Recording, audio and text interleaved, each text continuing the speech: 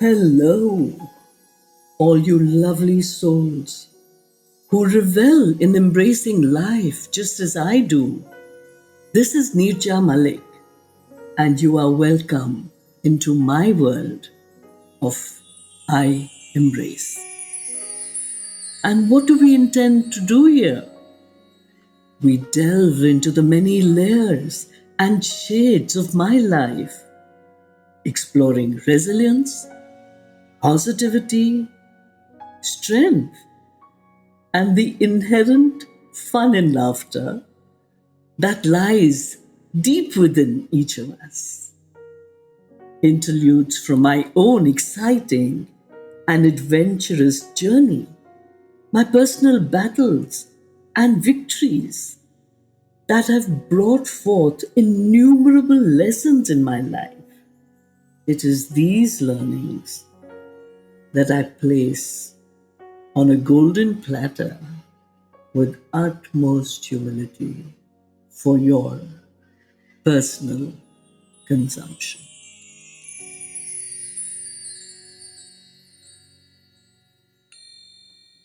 Hello, beloved listeners. It is such a wonderful thing that I'm able to share every feeling, every experience, every emotion with you as I went through it. And sharing it with you makes it ever so beautiful. So in 1981, we had gone to London because my husband was the export manager for Hindustan Levers. We lived in a beautiful place called Holly Tree Close. So you came from Putney into Wimbledon. The Wimbledon Common was on the right. Special lanes for horses and cycles and a windmill. And on the left, the first left turn, first driveway was our home.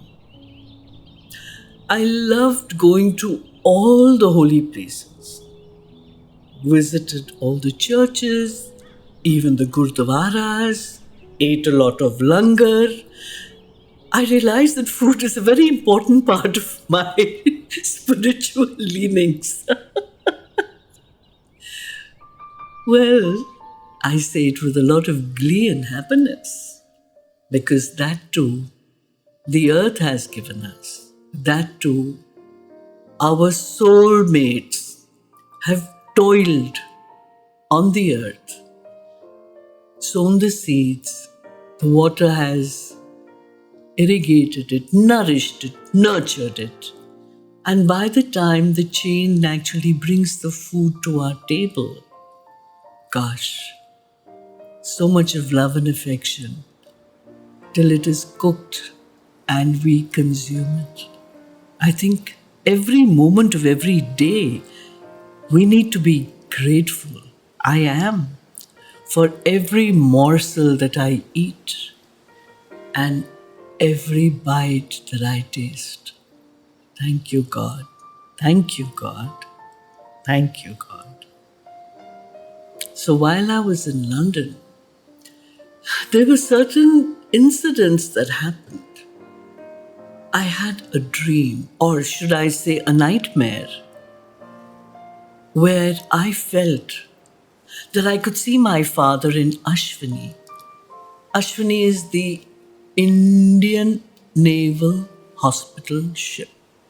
And that's what it's called. That's the Naval Hospital in Bombay. So I could hear the waves. I could see my father standing in his white kurta pajama. Outside a particular room, I could see the dark green walls. Lower down, the lighter green on top. I could visualize everything. I was living it.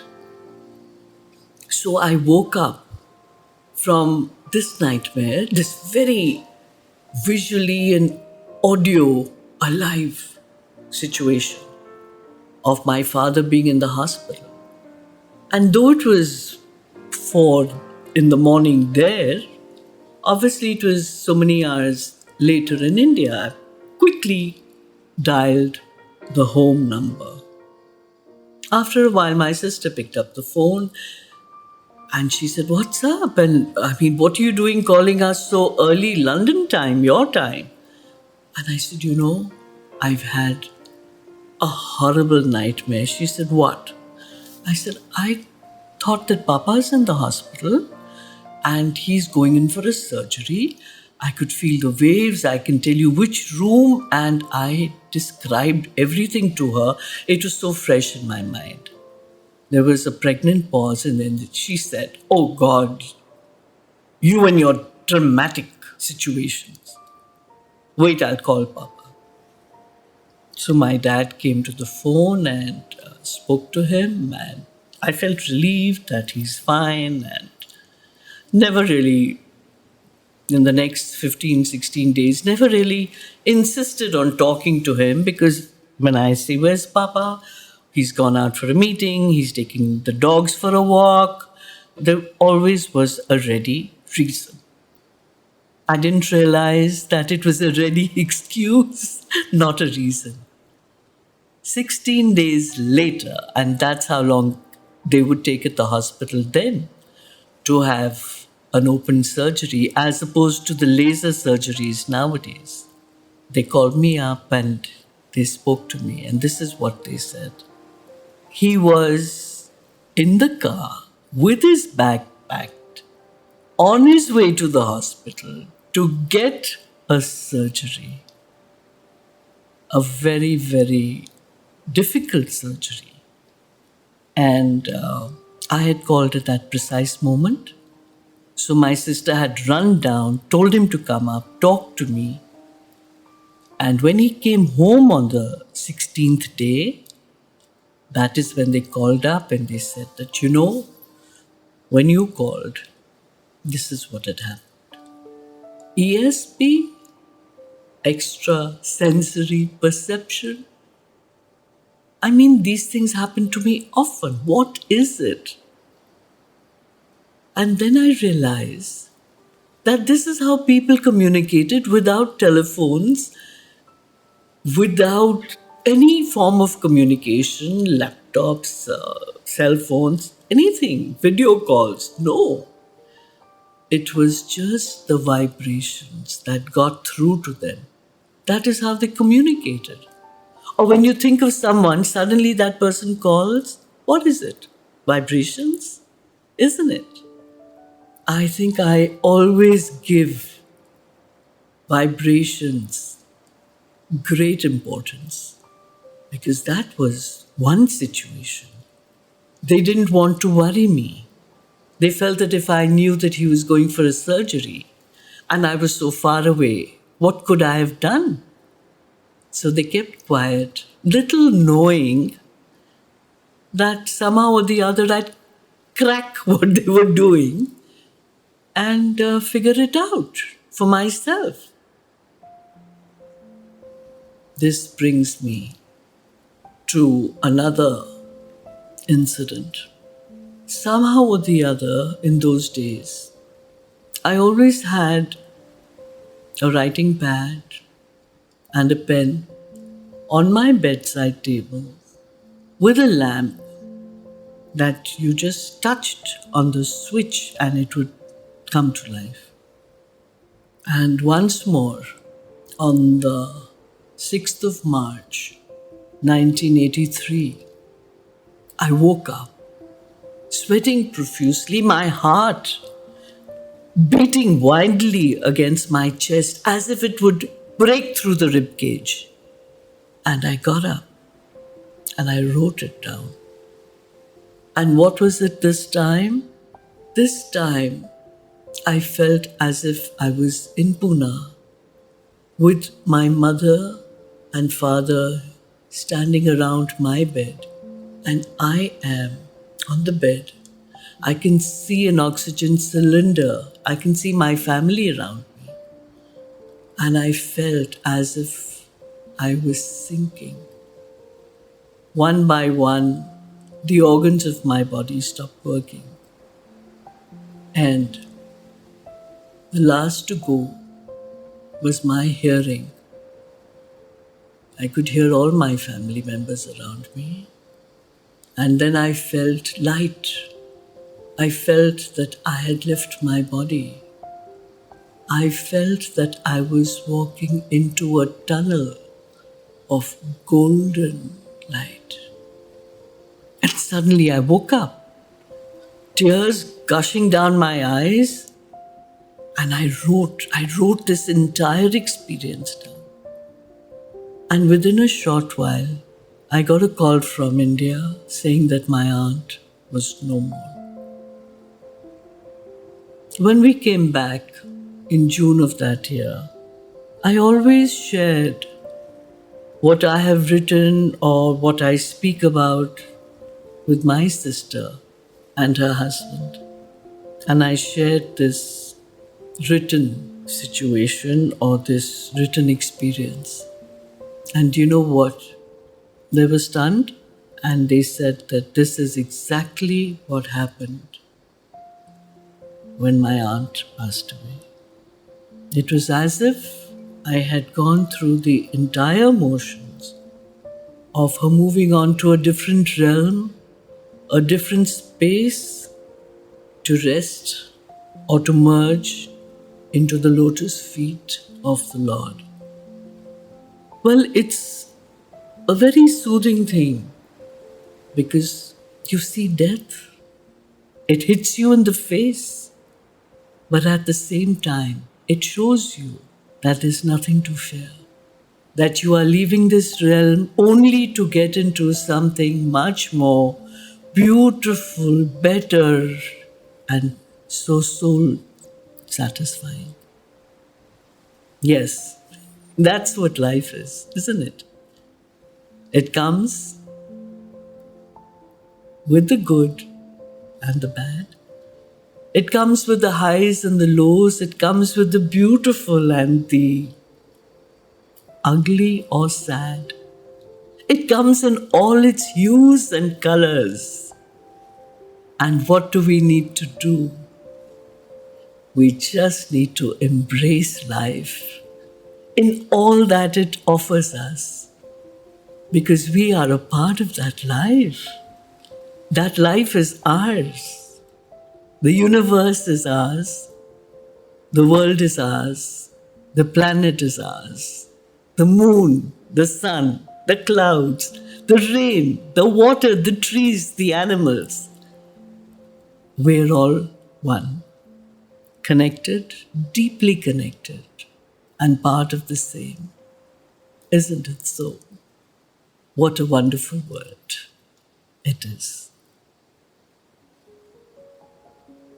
I consider myself very lucky to be having these wonderful experiences. And it doesn't end there. I remember that when I was diagnosed with cancer, I already had enrolled for a Reiki class. So I was diagnosed on Friday the 13th February 1998. And when people came to know, you won't believe it, that day 70 people came over, 25 stayed on for dinner, and I went to Bombay on the 16th because my mother said that your entire support system is in Bombay. You have your husband and twins who are 7. And what they proposed to do was to send an elderly lady who would look after my children while I came to Bombay for my treatment, which of course meant surgery, chemotherapy, radiation. The next morning, 25 people landed up at the airport to bid me adieu. And they all came laden with cards, get well soon cards, filled with their love and affection and feelings for me. I got onto the plane. It was like a barat, you know. There was such an atmosphere of love. I think the love pervaded more than any sorrow or, what she's going for. Nothing. It was as if they were there all heart to see me start off on another journey of my life. Now, why am I bringing this up? Because I feel very blessed to have different experiences with different gods and goddesses. When I was diagnosed, till the day I left, I had already enrolled in a Reiki course, and I told my masters, I said, I've been diagnosed, so I cannot come on the 14th and 15th because this is what's happened. They landed up on the 13th evening at my place also. And they said, come, in between your tests, come. We will start you off on group healing. And that's what I did. So while I was sitting on the plane with these cards, with flowers and bursting with the love that each one had for me, I realized that the whole plane is filled to capacity, except the seat next to mine. I was on an aisle seat, except the seat next to mine. And as we took off, I started opening the cards. I forgot to tell you that someone got in touch with me. I had my spiritual godmother and her family who were very closely connected and disciples of Satya Sai Baba. So someone actually approached me and said that they got a message from him saying that this is just to wipe away my karmas and I will be fine. So as I read these cards, I just felt a kind of an orange hue next to me. It was a very comforting thing, a comforting feeling of being enveloped in a love that was so uplifting, so reassuring, and made me feel so secure. I read the cards with no feeling of, oh my God, what's going to happen to me? I read the cards knowing that each word, each prayer, each thought and emotion that was expressed to me was going to help me, carry me through the journey with all their prayers and best wishes. That was also a moment of revelation and gratitude to the Lord to have put all these people in my life who cared for me so much, who loved me so much. Whether it was my family, my friends, my neighbors, even the security, even the postman, even the milkman, even the people who were running the shops in the neighborhood. It was as if the whole world had come forward to show their support to me. And yes, once when the medicine was going through every bit of my circulatory system and there was pain in my entire body, I was sitting at the edge of a bed. I could not rest against the backrest. I could not let my body touch the bed. I was sitting on the edge of the bed because anywhere that I touched would pain. And people asked me, did you ever reach that point of despair? And I said, yes, I did.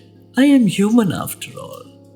It was in that painful moment when I was sitting on the edge of the bed, not being able to lie down, not being able to rest anywhere, that I put my head on my hand, my elbow on my knee, as if to say, "Oh Lord, I can't take it anymore."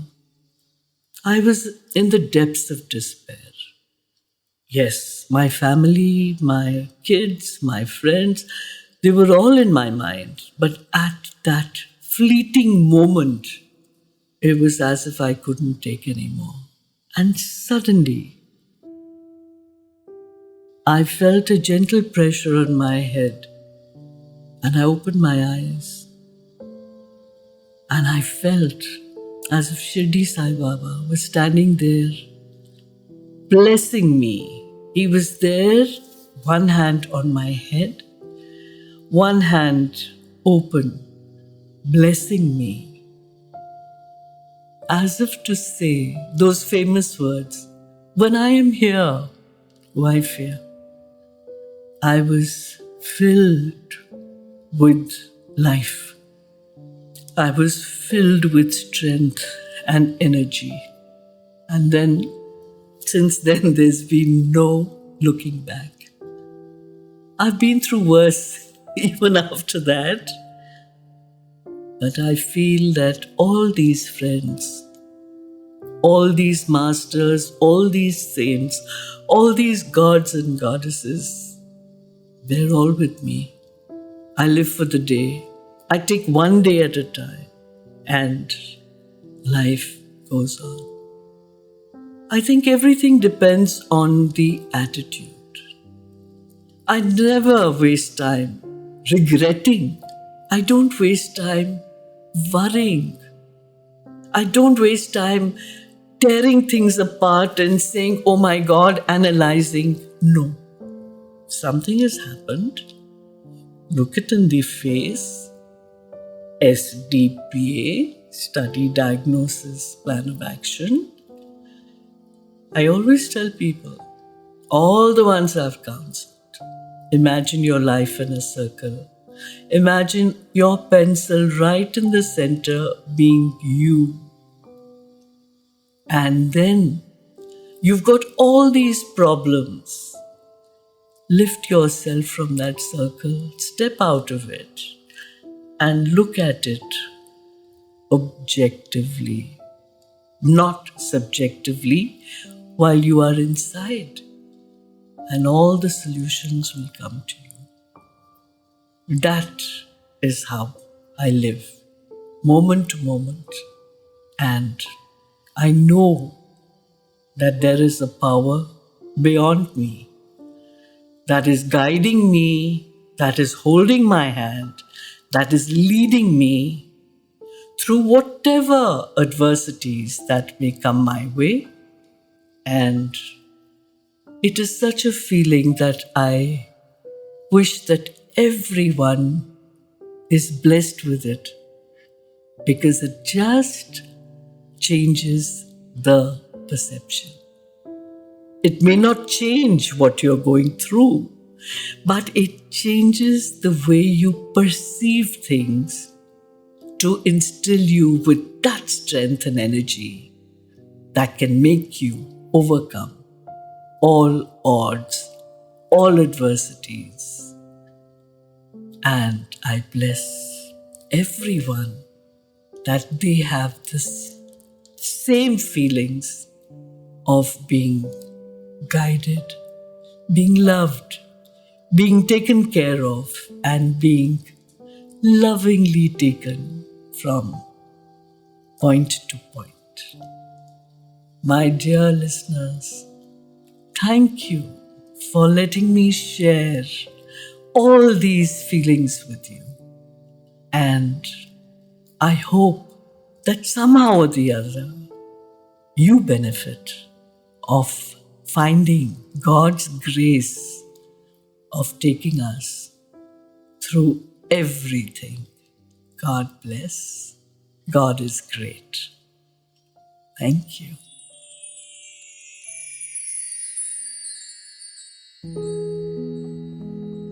I Embrace isn't just about my journey of conquering cancer.